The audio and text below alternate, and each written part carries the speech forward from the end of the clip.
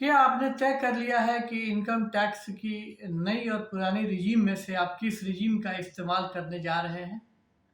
अगर आप नौकरी करते हैं तो यह तय करना आपके लिए बहुत ज़रूरी है और यह आप इसके बारे में आपको फैसला जल्द लेने की ज़रूरत है।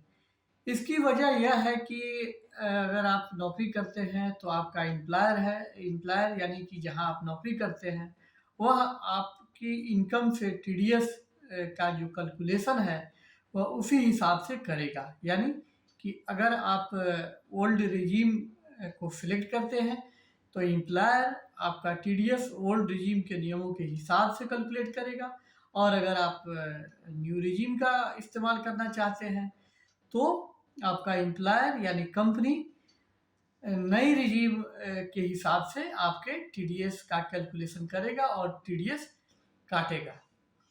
मैं हूं मनी कंट्रोल से राकेश रंजन। आइए जानते हैं कि नए या पुराने रिजीम में से किसी एक का चुनाव करना आपके लिए क्यों ज़रूरी है और अभी इस मसले की चर्चा मैं क्यों कर रहा हूं। दरअसल सीबीडीटी ने central board of direct taxes ने 5 अप्रैल को एक सर्कुलर जारी किया है। इस सर्कुलर में कंपनियों को यह बताया गया है कि उन्हें अपने एम्प्लॉइज से फाइनेंशियल ईयर की शुरुआत में यह जानना होगा कि कोई एम्प्लॉय नई और पुरानी रिजीम में से इनकम टैक्स की किस रिजीम का इस्तेमाल करना चाहता है। सीबीडीटी के सर्कुलर जारी करने का मकसद यह है कि कंपनियां पहले से अपने एम्प्लॉइज से उनके सिलेक्शन, उनके चॉइस के बारे में जान लें और उस चॉइस के आधार पर एम्प्लॉइज के टैक्स का कैलकुलेशन करें, उनके टीडीएस का कैलकुलेशन करें और पूरे फाइनेंशियल ईयर में जो उनका टीडीएस बन रहा है, उसे एम्प्लॉइज की सुविधा के हिसाब से थोड़ा-थोड़ा करके काट लें। तो अगर आप नौकरी करते हैं तो आपको अपने एम्प्लॉयर यानी कंपनी को यह बताना ज़रूरी है कि आप नई और पुरानी रिजीम में से किस रिजीम का इस्तेमाल करने वाले हैं। अब सवाल यह उठता है कि अगर आपने या किसी एम्प्लॉय ने किसी वजह से अपने एम्प्लॉयर यानी कंपनी को यह इंटीमेट नहीं किया कि वह दोनों में से किस रिजीम का इस्तेमाल करना चाहता है, तो एम्प्लॉयर यानी कंपनी यह मान लेगी कि आप इनकम टैक्स की नई रिजीम का इस्तेमाल करने वाले हैं।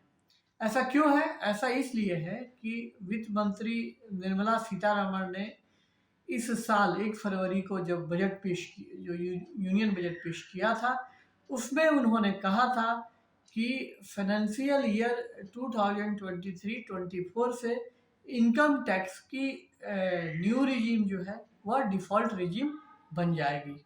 इसका मतलब यह है कि अगर कोई एम्प्लॉई यह स्पेसिफ़ाई नहीं करता है कि वह नई और पुरानी रिजीम में से किसका इस्तेमाल करेगा, तो यह मान लिया जाएगा कि वह इनकम टैक्स की नई रिजीम का इस्तेमाल करने जा रहा है या इस्तेमाल करेगा। और ऐसा होने पे एम्प्लॉयर जो है वह नई टैक्स रिजीम के हिसाब से आपके टीडीएस का कैलकुलेशन करेगा और आपसे जो है वह हर महीना के आधार पे आपकी सैलरी से टैक्स काट लेगा। तो इसलिए अगर आप इनकम टैक्स की ओल्ड रिजीम का इस्तेमाल करना चाहते हैं, तो यह आपके लिए और भी ज़रूरी हो जाता है कि आप सही समय पे अपने एम्प्लॉयर यानी अपनी कंपनी को इस बारे में बता दें। अगर आपने नहीं बताया, तो फिर आपका एम्प्लॉयर यानी कंपनी जो है, वह न्यू टैक्स रिजीम के हिसाब से आपके इनकम टैक्स में टीडीएस का कैलकुलेशन करेगी और आपकी सैलरी से उसी हिसाब से वो टीडीएस काट लेगी। अब सवाल ये है कि आपके लिए नई और पुरानी रिजीम में से कौन सी रिजीम सही है या फ़ायदेमंद है? तो इस सवाल का जवाब देने के लिए यह जानना ज़रूरी है कि आप अब तक किस तरह से इनकम टैक्स के जो बेनिफिट्स हैं, उसका फ़ायदा उठाते आ रहे हैं और अगर आपने इनकम टैक्स की जो बेनिफिट्स हैं जो 80 सेक्शन 80C के तहत आते हैं या 80D के तहत आते हैं या होम लोन के इंटरेस्ट रेट पे जो बेनिफिट मिलता है, हाउसिंग अलाउंस में जो बेनिफिट मिलता है, अगर आप उन सबों का बेनिफिट उठाते आ रहे हैं तो फिर जो है कि न्यू टैक्स रिजीम में शिफ्ट करने से आपकी टैक्स लायबिलिटी बढ़ जाएगी। और ऐसे टैक्स पेयर जो किसी तरह के टैक्स बेनिफिट का लाभ नहीं उठाते हैं, यानी कि वो सेक्शन 80C 80D या होम लोन पर इंटरेस्ट, होम लोन के प्रिंसिपल, बच्चों के tuition fees, PPF, life insurance, mediclaim जैसे इंस्ट्रूमेंट में इन्वेस्ट नहीं करते हैं और किसी तरह का टैक्स सेविंग उनका नहीं है, तो उनके लिए इनकम टैक्स की नई रिजीम जो है वह फ़ायदेमंद है।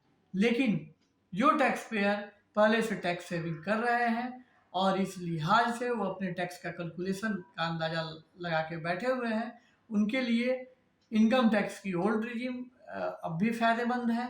और इसलिए आपके लिए बहुत ज़रूरी है कि जैसे ही आपका एम्प्लॉयर यह पूछे कि आप नई और पुरानी रिजीम में से किसका इस्तेमाल करना चाहते हैं, तो यह आपको बता देना होगा कि आप ओल्ड टैक्स रिजीम का इस्तेमाल करना चाहते हैं। सीबीडीटी ने यह भी कहा है कि एम्प्लॉयर यानी कंपनी को अपने एम्प्लॉय से हर फाइनेंशियल ईयर की शुरुआत में यह पूछना होगा कि वह इनकम टैक्स की नई और पुरानी रिजीम में से किसका इस्तेमाल करना चाहता है। तो अगर आप नौकरी करते हैं तो यह इस बात का आपको ध्यान रखना पड़ेगा।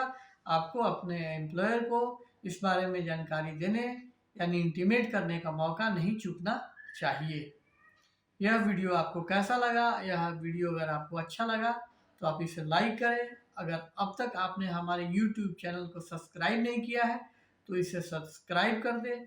अगर आप इनकम टैक्स की नई या पुरानी रिजीम में से किसी के बारे में कुछ जानना चाहते हैं, आपके मन में कोई सवाल है, तो कमेंट बॉक्स में हमें बताएं। हम उस सवाल का जवाब देने की कोशिश करेंगे। और तब तक के लिए नमस्कार। बहुत जल्द हम नए वीडियो के साथ आपसे मिलते हैं।